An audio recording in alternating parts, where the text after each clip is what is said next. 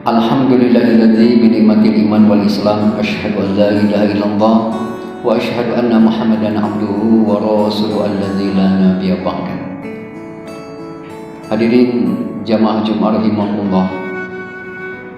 Di antara bentuk rasa syukur kita kepada Allah, selain kita mengucapkan hamdalah, kita harus mampu membuktikan dengan cara meningkatkan kualitas ibadah kita di hadapan Allah.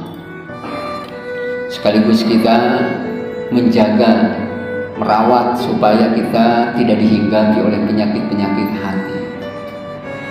Karena kadang-kadang kalau penyakit yang dirasakan dari sisi jasmani mungkin akan respon. Sakit kepala, sakit gigi, sakit jantung, sakit ginjal. Kenapa? Langsung respon dan berusaha untuk berobat ke dokter, mencari obat. Tapi ketika penyakit hati, kalau kita tidak introspeksi diri, mengevaluasi diri, maka kadang-kadang penyakit ini hinggap tanpa ada penanganan yang serius. Maka kita diajarkan oleh Rasulullah Muhammad SAW agar hati ini menjadi lembut, perbanyaklah membaca ayat suci Al-Quran. Karena dengan membaca ayat suci Al-Quran, dengan istiqomah, apalagi dilanjutkan dengan tilawah, membaca dengan terjemahnya, dibaca tafsirnya, maka kita akan menemukan jalan hidup kita. Kita akan menemukan ilmu-ilmu di dalam Al-Quran. Kita akan lebih takut kepada Allah. Kita akan lebih bersyukur kepada Allah Subhanahu wa Ta'ala. Nah, ketika kita mampu membuktikan bahwa kita bersyukur kepada Allah dengan cara banyak meningkatkan kualitas iman dan ketakwaan kita yang diwujudkan dalam bentuk ibadah, maka insya Allah kita akan semakin sukses. Sukses kita bukan hanya dari sisi materi, toh materi yang kita kumpulkan sejak muda sampai saat ini, ujung-ujungnya kita akan tinggalkan. Atau justru kitanya masih ada, tapi dia justru yang lebih dulu meninggalkan kita. Persoalannya kalau kita cerdas, insya Allah harta yang telah Allah titipkan kepada kita ini akan menjadi investasi akhirat buat kita, manakala kita mampu untuk mensodakohkan, mampu untuk menginfakkan sebagian rezeki. Allah tidak meminta keseluruhan, tidak, tapi Allah meminta wa mimma razaqnahum yunfiqun, dan dari sebagian rezeki mereka itu menginfakannya. Kalau mengikuti hawa nafsu pasti akan bertolak belakang. Kalau Anda punya uang 10 juta diinfakkan hanya 50.000 atau 100.000, itu hitungan matematik pasti kurang. Tapi kalau hitungan amal soleh, justru itulah yang akan abadi, dan itu akan dipanen nanti ketika kita berada di kampung akhirat. Ketika kita di saat kita dihisab oleh Allah, dimintai pertanggungan jawab di hadapan Allah Subhanahu wa Ta'ala, maka insya Allah harta tersebut akan menyelamatkan kita. Bagi orang yang cerdas, ketika dia memiliki ilmu apapun, asalkan ilmu tersebut tidak bertentangan dengan aturan Allah, coba dia untuk mengamalkan, coba untuk dia mengajarkan kembali, maka insya Allah ini pun akan menjadi investasi akhirat buat kita. Sayang sekali kalau ternyata memiliki ilmu tapi tidak mau untuk mengajarkan kembali. Ketika kita punya tenaga, punya ide, punya gagasan yang baik tapi tidak mau memberikan, sayang sekali, maka ide tersebut akan menjadi sia-sia.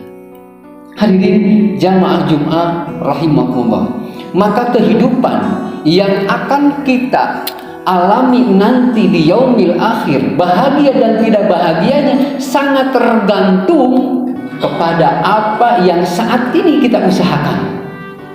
Nasib kita baik dan buruknya ini sangat tergantung kepada ikhtiar kita saat ini. Jangan pernah merasa berada di zona nyaman karena kita sudah beragama Islam.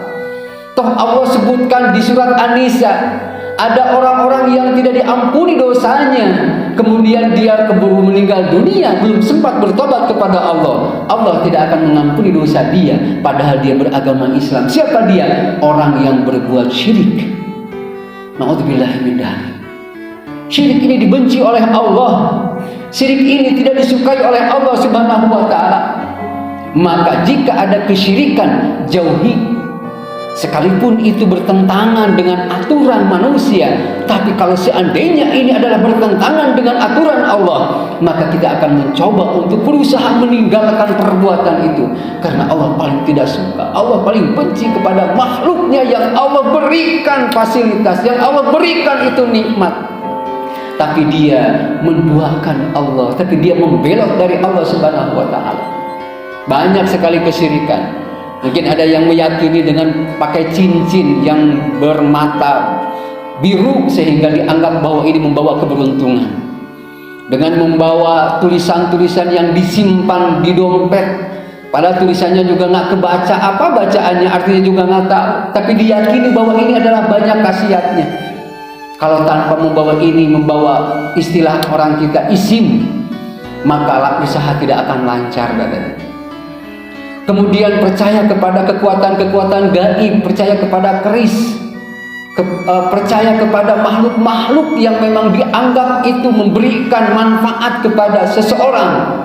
Padahal itu adalah merupakan kesyirikan yang dimana Allah sangat murka kepada manusia yang berbuat syirik. Mudah-mudahan kita diistiqomahkan untuk menjalani ibadah kepada Allah. Mudah-mudahan kita tetap bersyukur kepada Allah Subhanahu wa Ta'ala. Mudah-mudahan kita dijauhkan dari perbuatan-perbuatan syirik, karena ini adalah dosanya sangat besar, la dzulmun adzim, dosa yang sangat besar. Sehingga jika tidak cepat diantisipasi, jika tidak cepat untuk bertobat kepada Allah, maka seseorang akan menjadi orang yang rugi nanti di yaumil akhir. Seringlah berzikir kepada Allah, bacalah Al-Quran, bacalah hadis-hadis Rasulullah Muhammad SAW, teladani para salafus sholihin. Insya Allah kita akan terselamatkan dari perbuatan-perbuatan yang tidak diridhoi oleh Allah Subhanahu wa Ta'ala. Hadirin jamaah Jumat rahimakumullah, barangkali itu saya bisa sampaikan. Mohon maaf apabila ada kekeliruan dan kekurangannya. Ditutup dengan doa.